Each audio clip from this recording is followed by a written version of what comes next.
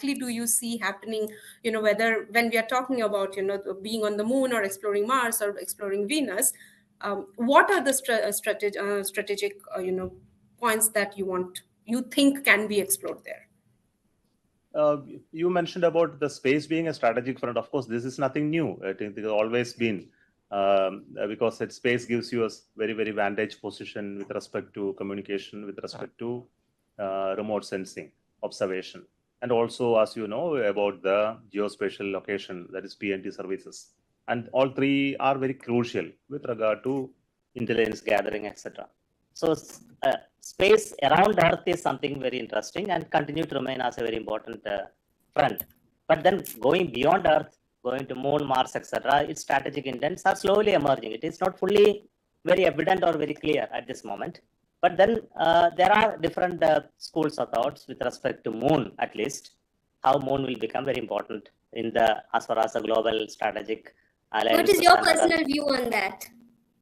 Yeah, it is important. It is very, very important. It is important because Moon is a natural satellite of Earth, and it has advantageous position, not far away, but sufficiently far away. It gives us a platform to work away from Earth in terms of need. It can also create observational platforms and operational bases in a very sustainable manner compared to anything else than in space in an orbit around Earth. So it gives you, and similarly other skills, capabilities like timing and positioning services, observational platforms, scientific and other nature. So there are capabilities possible from Moon. So that's why it is interesting for us. But then isolated missions to Moon won't serve the purpose. So missions to Moon in a sustained manner over a larger framework only, it's going to be useful, because if you work on a isolated mission, it doesn't serve that purpose. So for example, if you want to create a GPS equivalent service in Moon, it is not possible by one nation alone. How we have to find a framework on how other multiple nations can join together to create a framework of like that. So there are many, similarly a far side of Moon observatory to deeper space, how to create such observation platforms and use this data for scientific purpose over a long period of time, which is again a joint possibility. So there are such possibilities exist on Moon. Got it.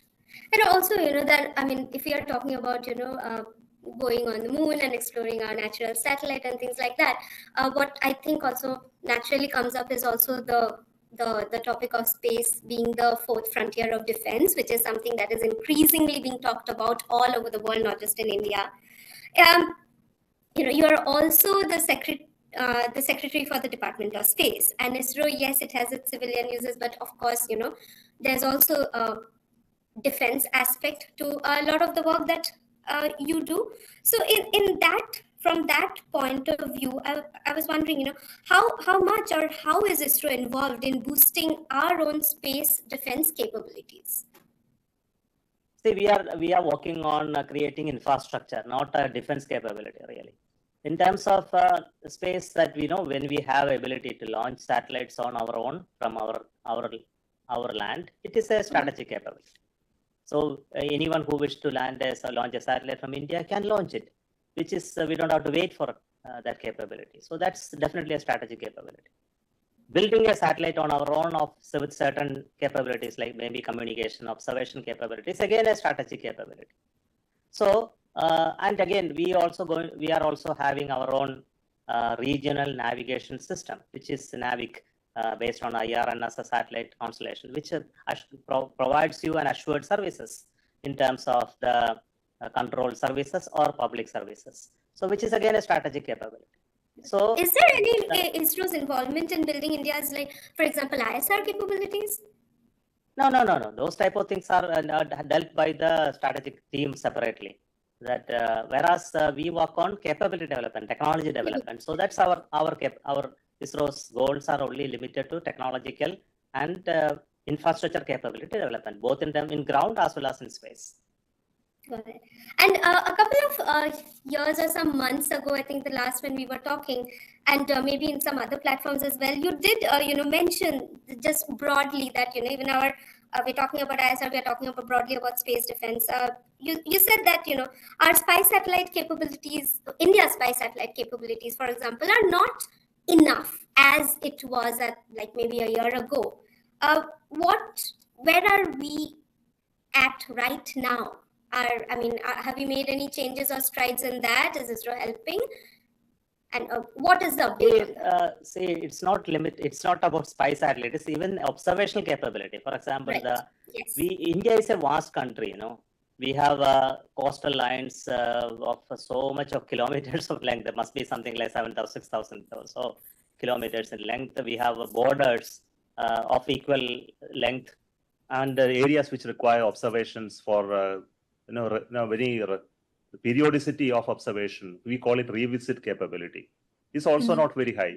With certain number of satellites, something like 18, 20 satellites, the ability to observe all these areas on a continuous manner. Again, look at the oceans that we have to cover. The Indian Ocean, the Arabic Sea, and all these areas are so vast and huge. And if we have to keep observing them on a repeated manner with a reasonable high resolution to make any sense of it, then the number of satellites are just not enough. No. Then look at the second aspect is about our resources mapping. For example, our high resolution images that we need to make for cartography purposes, our flood warning. I will tell you, recently there were some serious floods, and our satellite was not there when this happened. We have to wait another 1 day for the satellite to come and then look at that image location. So then what is the hold up? Why are we not commissioning enough of these satellites, whether for observation or for any other It is very easy to say have 1,000 satellites, but then it takes money and effort and time to build them. See, it also goes with a certain output that you will generate out of it. For example, if you just for fun, you cannot have 1,000 satellites. They must also produce results, an economic activity or output out of that investment. And every satellite launching costs you thousands of crores. So you look at how you can monetize the whole process and how to bring a business out of that, then it will sustain on itself. So it is simple like that. So we have a desire to put more satellites, but it is limited by our ability to invest in a sustainable manner. So how we are looking at change. How does that change? That is precisely something we called as space sector opening that happened in 2020. We are trying to see how to create such an environment in which demand for more satellites will automatically come. See, if you look at from the governmental perspective, it's only from, suppose, administration's perspective. I will say, put more satellites so that I can see all the borders and all the floods and all the drops and all issues are seen on a real time. But that takes me thousands of satellites. But then we will also see if that is not happening, other time what I am going to do. So we will look at how to that images, how it will get into a certain value addition, how that will generate some revenue generation through peaceful times. And you look at the entire ecosystem. So one of the important points that I will tell you that recently we announced the space sector opening in which the private people are coming into space. So forget about the people who are building rockets or satellite, but just look at the satellite image utilization alone. We have a geospatial data policy announced. Every data which is 5 meter and above resolution will be made free. And we are encouraging a lot of startups to come into this sector and make use of this satellite data for business and commercial utilization. Another option that we are opening is that we want to build a LEO constellation of Earth observation satellite in a PPP mode. So let us have private companies and government joining together to launch more Earth observation satellites. So wants to use this data for commercial use alone, not for governmental use. So if you create some new schemes by which there can be more people ready to invest, not government alone, all that cannot be invested by government. We must also find ways by which the commercial activity, there is a huge amount of activity possible. Only thing is we have not explored enough. So those avenues have to be found out. There must be a demand for more satellites to come. Then naturally they will get launched. Then we also have to find out ways by which we can infuse the communication, remote sensing and navigation capability into a common platform and find out new applications also, like IoT, etc. So is ISRO talking? I mean, we had a very successful, OneWeb launch, which was a first in many ways. Is ISRO talking to other global clients for satellite launches currently? I mean, are there others that are, imminently going to be launched on ISRO rockets? Yeah, there are many potential customers waiting for launch in our rockets, but unfortunately, we don't have enough rockets. This is one of the again a difficult scenario. Though we have rockets of capability, for example, the one LVM-3 is 4.5 ton, but our production is hardly 2 to 3 in a year, not more. So this And is is again that another. part of the reason why, the entire vision to, ask private companies to take on the manufacturing of it so that it can be done Precisely. at scale? Yeah, precisely. See, when we developed this rocket, we did not create the manufacturing capability. We developed the capability of building the rocket, but not in numbers. That requires additional investment and requires additional facilities, infrastructure to be built over some period of time. So now, after looking at seeing the market of this rocket, not only for governmental launches but also for private launches, we are seeing that its production has to be at least doubled or tripled. So we are taking actions now. That's why LVM-3 is now offered in PPP mode. We have already set out the RFI for the industries to come forward and create that capability. We are hoping that will happen in another 2 years of time. Got it. So again, there's a buildup of many questions from the audience. I'm just going to take this one. They're talking about space debris. Does space debris in Earth orbit present a real threat to your space plans, including the Gaganyaan mission? Of course, it will. It creates So a threat to every. what are we doing to respond to, this very real danger? See, some of the dangers are, we cannot avoid. Some can be avoided. For example, the one which are observable, which are catalogued, which are being tracked, which are predicted, they are managed through collision avoidance maneuvers and collision avoidance predictions.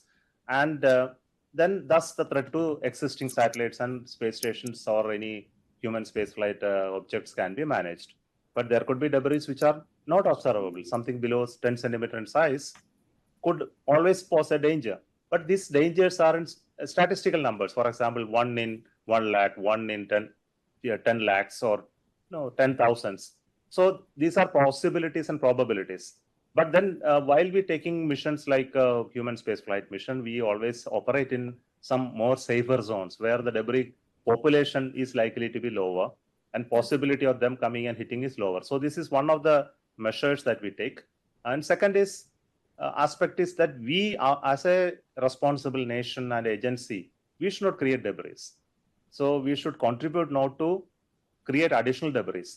Of course, whatever is there, like every defense satellite, every particle that has come out of satellites all become debris. But at least let us make sure that the upper stages of rockets or defense satellites are brought back to the Earth on a reasonable time frame. And we don't allow them to explode or create more debris. So all these measures are being taken, and over a long period of time, we have made a declaration also by 2030.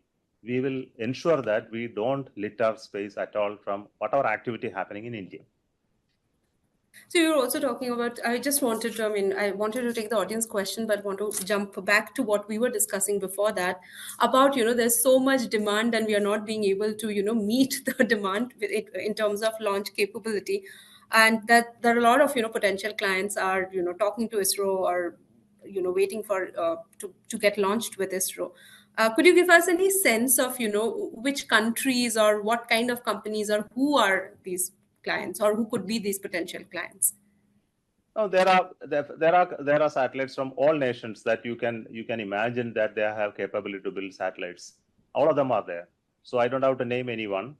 So it is on account of various reasons why they are coming. It's because of, say, the booking of a launch takes certain amount of time. For example, if you like flight ticket booking, you can do it 1 week ahead. You need to do 1 year ahead because somebody has to plan and then identify the mission feasibility, etc.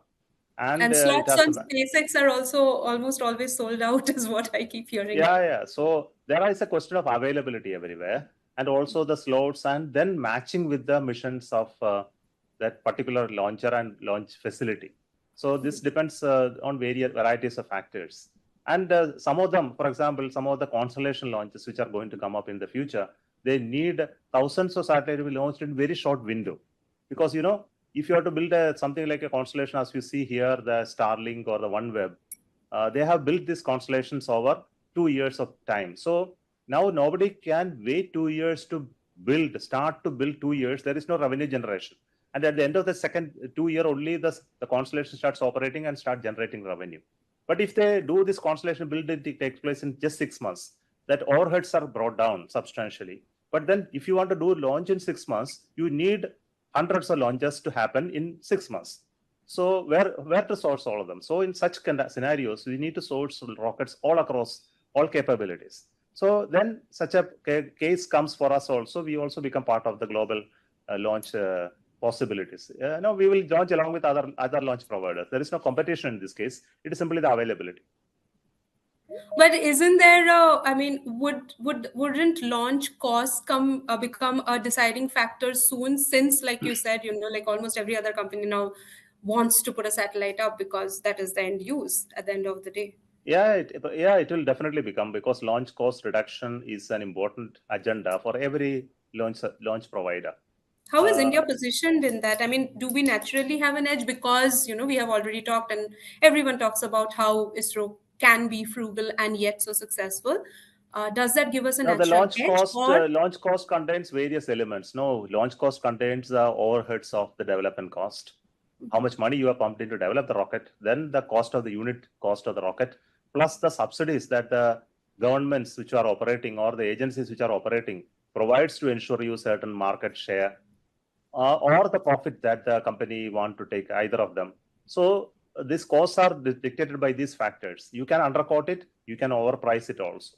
So these costs are very, very relative in that sense. But then ultimately, if you have to have a sustained, commercially viable launch ecosystem, we need to bring in the other elements which I mentioned in my earlier answer. How to bring down cost, all must be made. And I can tell you today that India's position is good because of the reason that our overheads for development are very, very low compared to anyone else in the world. So we can develop rockets at very, very low cost, substantially low cost. But when it comes to unit cost, you can't reduce it substantially, because unit cost is simply a sum of the material cost, some of the direct manpower cost, and the operational cost of it, which will not be, which could be lower only in the operational cost side alone for India, but the other elements will remain the same irrespective of where it is, because aluminum cost same everywhere across the globe, or the electronics will cost you the similar across the globe. So it won't change. But then your cost can be brought down only by reusability and reducing operational cost. Got it. I'm going to ask you anyway, what is, what are ISRO's, launch cost per kg for any client right now? How do we compare with, say, like a SpaceX or anyone else? If you are looking at a dedicated launch on LVM3 and the SpaceX, if you get a quote, both will look alike. Okay. Because I have seen it, because we are launching one satellite in SpaceX now. We are one of the satellite of Yes. GSAT-20 is going for launch in SpaceX, and I know the launch cost they are charging. Right. It is similar to the cost that we would incur when we launch in LVM3. If my payload capability was little more than the present, I would have launched in LVM3 straight away. Since that is not there, it is going to SpaceX. The cost, which money I am paying them, is similar to the money that I need to spend to build a rocket and launch. So it's not very different. So the advantage won't be that. The advantage will be availability as we develop our capacities. Yeah, of course it is. Yeah. Got it. Which also brings me to, there is so much going on. And I mean, we have spoken before, you have spoken about it publicly before. ISRO is doing a lot. And generally in the Indian space sector, there is a lot of activity, the land share of which is obviously shouldered by ISRO.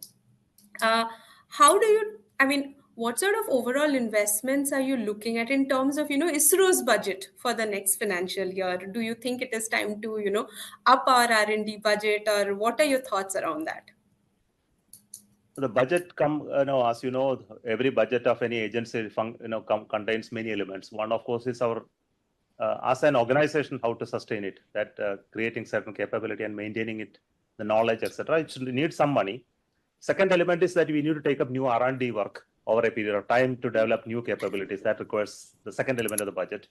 Third element is the projects and programs that are required for nation, which includes exploration or certain national missions which need to be undertaken. So our budget is into these three elements, and our first two part of them are always assured. For example, the organizational funding which requires to maintain its knowledge and the R&D funding which is required is always guaranteed and always coming.